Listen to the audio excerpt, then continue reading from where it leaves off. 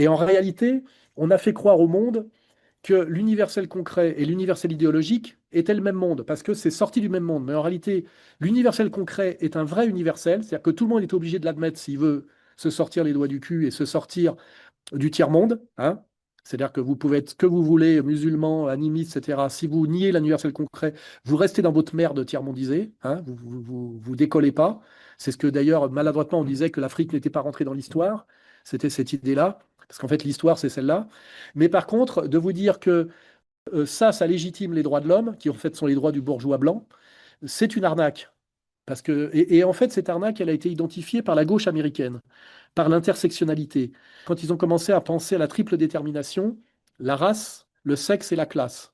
Et qu'ils ont commencé à dire, en réalité, les droits de l'homme qu'on nous impose comme une générosité universelle que les Blancs incarnent, je dirais presque par hasard et par nécessité, en réalité, très vite, les dominés, ce qu'on appelle les racisés, d'une certaine manière, ont compris que ce n'était pas une offre universelle et généreuse, mais que c'était en fait l'habillage de la domination de ceux qui dominent par les mathématiques appliquées.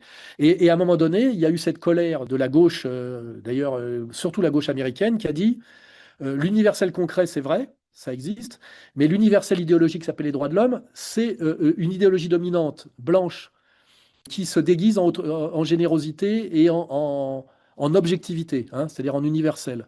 Et ça, et en fait, ça, c'est la critique colérique de la gauche américaine qui donne d'ailleurs toutes les violences anti-blanches en disant, voilà, vous nous mentez, vous nous dominez, et en fait, votre domination n'est pas une proposition de partage universel, mais en fait la continuité de votre supériorité guerrière, donc par la maîtrise de la violence, hein, c'est ça que ça veut dire. Et en réalité, les lumières sombres sont une réponse à ça. C'est de dire, oui, effectivement, nous dominons par l'universel concret, et cet universel concret nous donne le droit de dominer idéologiquement. Donc effectivement, vous avez raison. Ce partage égalitaire qu'on appelle les Lumières est une escroquerie. Il faut en sortir, mais c'est pas en sortir par la vengeance du tiers-monde et la vengeance des racisés et un remboursement d'une bourgeoisie, tu sais, dominante qui demanderait pardon et qui produirait des réparations. C'est oui, on est les dominants par la technologie, ça s'appelle l'IA, donc on est légitime comme dominant tout court. Et donc, on est de droite, on vous emmerde parce que nous avons le pouvoir et nous allons l'exercer. Et on va vous botter le cul parce qu'en plus, maintenant, vous n'obéissez plus. Donc, c'est marrant parce que le vrai dialogue, il est là. C'est d'un côté, nous avons des racisés qui disent l'universel idéologique est une escroquerie, est une domination. Vous devez donc nous donner des réparations et vous devez vous excuser. C'est le principe de Floyd, mettez un genou en terre, demandez pardon. Et c'est le principe de la discrimination positive, des réparations et des négresses de 120 kilos et de 40 de QI, insultent des Ashkénazes de 140 de QI dans des campus californiens et leur demandent de se taire et de rendre le pognon. And the issue is you think scientific proves everything. What about all the racist scientific theories they had about black people for so long? Explain that. No. It is not racist. You're going to leave me. Et les lumières sombres, en fait, c'est la réponse logique à ça. D'ailleurs, qui est juive aussi beaucoup. Hein. C'est dire, oui, effectivement, nous dominons par l'IA et la technologie, donc en fait par les mathématiques appliquées dans la forme la plus moderne des mathématiques appliquées qui s'appelle l'IA. Hein. C'est Palantir notamment. Et donc, nous avons toute légitimité à vous botter le cul. Et comme vous ne voulez plus obéir et que vous avez compris la douille des droits de l'homme, on va se passer des droits de l'homme. Et ça s'appelle les lumières sombres. Voilà. Hein. Et nous allons régner, comment dirais-je, en toute décomplexion en étant de droite parce qu'effectivement, nous avons le pouvoir. Dès 2009, Peter Thiel écrit quelque chose de très important pour comprendre son personnage. Je ne crois plus que la liberté et la démocratie soient compatibles. Il fait partie du courant libertarien pour qui la liberté individuelle doit être totale. Pour cela, il veut remplacer la démocratie par une technocratie. En installant les technologies au pouvoir, quel est l'objectif de Peter Thiel? Toutes les entreprises qu'il finance promeuvent une vision très manichéenne de la société. Très concrètement, avec Palantir, il aide les États occidentaux dans leur combat contre les États ennemis, Iran, Russie et principalement la Chine. Un manifeste publié par Palantir sur X en avril 2026 met en évidence cette hiérarchisation des peuples. 21. Certaines cultures ont donné lieu à des avancées majeures, d'autres restent dysfonctionnelles et rétrogrades. Quand il imagine sa société rêvée, elle n'est pas pour tout le monde, pas pour tous les peuples et même pas pour tous les citoyens américains. Voilà, donc c'est simple, vous obéissez ou on vous pète la gueule, mais il n'est plus question de demander pardon et quoi que ce soit et quoi que ce soit. Et ça, donc, on voit bien là que l'idéologie avance et qu'en fait, c'est une réponse de la droite à la gauche, hein. Il n'y a pas besoin de tortiller trop du cul. C'est une réponse de la droite à la gauche qui s'est défaite de ce masque qui s'appelait les droits de l'homme. Et donc, il y a toute une constellation d'intellectuels à la marge, mais également des gens très puissants, très influents comme Peter Thiel, qui se disent aujourd'hui, le progrès technique qui est censé amener la prospérité est en panne. Pourquoi ? Pourquoi nous en sommes là ? Et en fait, quelque chose d'extraordinaire est en train de se passer dans le monde intellectuel, puisque ces intellectuels et ces entrepreneurs, ces ingénieurs, ces scientifiques découvrent que peut-être ce qui est le boulet du progrès technique et de la prospérité, c'est le progrès moral des Lumières, à savoir la démocratie, les droits de l'homme, le progressisme, etc. Donc en fait, c'est une façon de vouloir le progrès sans le progressisme. C'est la fin des droits de l'homme, mais ce n'est pas la fin des droits de l'homme en disant qu'on va sortir de ce mensonge pour arriver à quelque part à des réparations ou à de la discrimination positive, c'est on va se débarrasser des droits de l'homme pour régner par cette suprématie qui s'appelle la maîtrise supérieure des mathématiques appliquées, qui sont donc la supériorité que vous donne la maîtrise dans l'universel concret. Voilà. Et de l'universel concret débouche forcément une idéologie dominante qui n'a même pas besoin, qui n'a plus besoin de se présenter comme universelle. Elle n'est pas universelle, elle est supérieure, ça suffit. Voilà.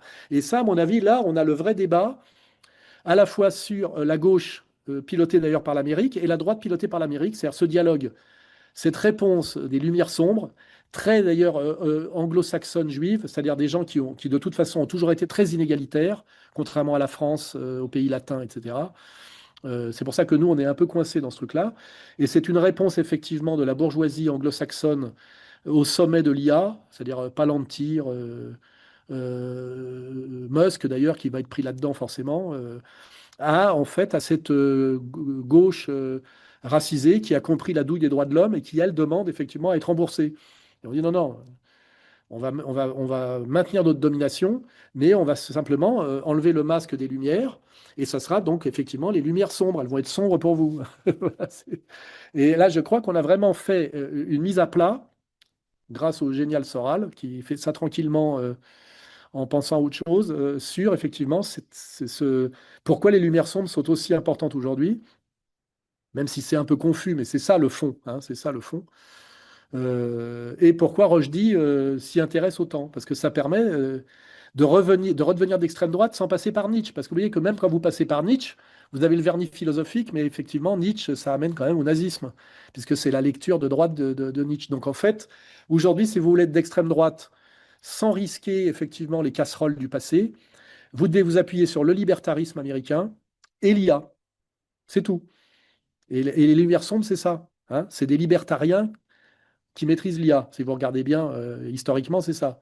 Et c'est pas pour rien qu'à un moment donné, ces types rejoignent, comment il s'appelle, Thiel, qui est à mon avis, le plus complet de tous, qui rejoint, comment dirais-je, Trump, hein, qui quitte la gauche pour aller à Trump. Parce qu'en fait, il identifie que quand on a compris ce sur quoi on était quelque part assis, l'outil qu'on avait en main, il n'y a aucune raison d'aller demander pardon à des négresses obèses de 140 kilos et 62 QI, comme on l'a vu dans les campus. Ça n'a pas d'intérêt de se faire humilier, voire même à la fin spolier, assassiner, et de demander pardon à Floyd Patterson, ou je sais pas quoi, là, je sais pas comment il s'appelait, là, en mettant un genou par terre. Faut être dingue, faut être masochiste. George Floyd.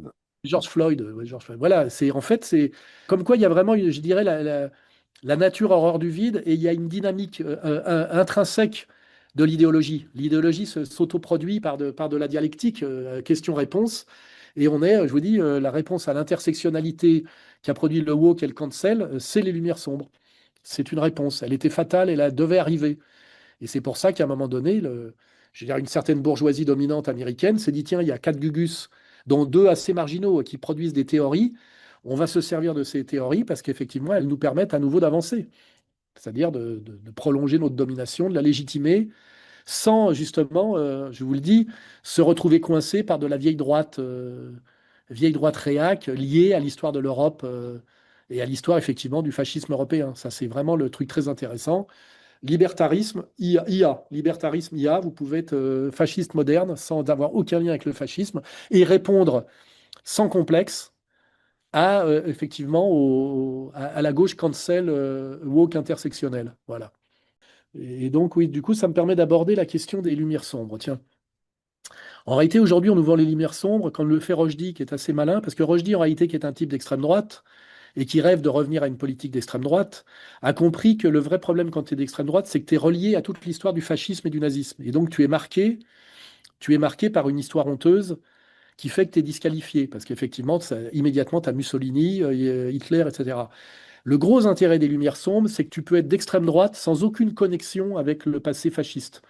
Parce que là, tu passes par l'IA et le libertarisme, c'est-à-dire le libertarisme américain, c'est-à-dire c'est une pensée anarchiste et la haute technologie, le monde virtuel. Et ce qui est intéressant dans les Lumières sombres, pour Rushdie notamment, c'est pas pour rien qu'il a essayé sur les blancs juifs et il a vu que il allait se taper avec Zemmour et puis qu'il s'était fait identifier comme Robinson ou comme les connasses, là, les féministes de droite qui sont en fait des sionistes. Rushdie est plus malin que ça. Il a compris que pour pouvoir être à nouveau d'extrême droite, c'est-à-dire fasciste, inégalitaire, dominateur avec une dimension raciale qui va être cachée parce qu'on va dire c'est simplement le génie occidental, parce que l'IA c'est la Silicon Valley, c'est que ça permet d'être fasciste en étant totalement déconnecté de l'histoire du fascisme qui est cramé. C'est-à-dire qu'on revient par le libertarisme américain et l'IA, ce qui est très intelligent. Et c'est ça l'intérêt des Lumières sombres, c'est de pouvoir ripolliner la droite. Et c'est intéressant. Et moi, je continue le raisonnement, parce qu'en réalité, le dialogue aujourd'hui, c'est entre en fait, les penseurs de gauche de l'intersectionnalité, qui ont donné le woke et le cancel, et les lumières sombres. C'est ça le vrai dialogue gauche-droite. Hein. C'est d'un côté le wokisme et de l'autre les lumières sombres. Et pourtant, ils partent du même constat. Et c'est ça qu'il faut comprendre. Et ça, je l'ai produit sans m'en rendre compte dans un texte qui est dans mon livre Le Contumeur. Et en fait, c'est que les Occidentaux ont dominé le monde en s'appuyant sur deux concepts. C'est l'universalisme concret, c'est-à-dire la domination par les mathématiques appliquées, hein, ce qui s'appelle l'universalisme concret, parce que c'est un universel concret, les mathématiques. Vous ne pouvez pas y échapper. Hein, si vous voulez, je vous dis, passer d'une case en crotte de chèvre à un immeuble de 3 étages, il faut intégrer la physique. Il n'y a pas de magie, sinon ça vous tombe sur la gueule. Et donc, les Occidentaux ont été ceux qui ont poussé le plus loin par le génie mathématique et ses applications, ce qu'on appelle la maîtrise de l'universel concret, c'est toujours des mathématiques appliquées. Hein. Tout le monde est mathématique. C'est ce qui permet de faire des fusées, c'est ce qui permet de monter des immeubles, c'est ce qui permet le développement de la société industrielle, tout le génie qui commence avec la machine à vapeur, hein, c'est déjà des mathématiques appliquées à la physique, hein, de comprendre l'énergie de l'eau quand on la fait bouillir, etc. etc. Bon.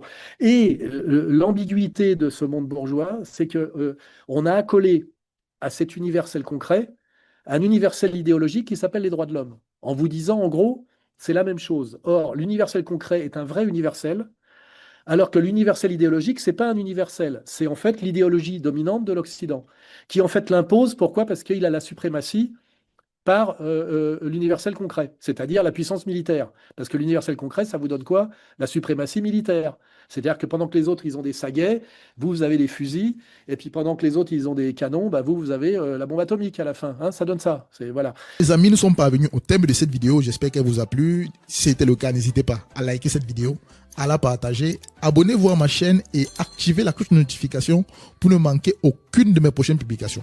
On se donne rendez-vous à la prochaine vidéo. D'ici là, portez-vous bien. Bye.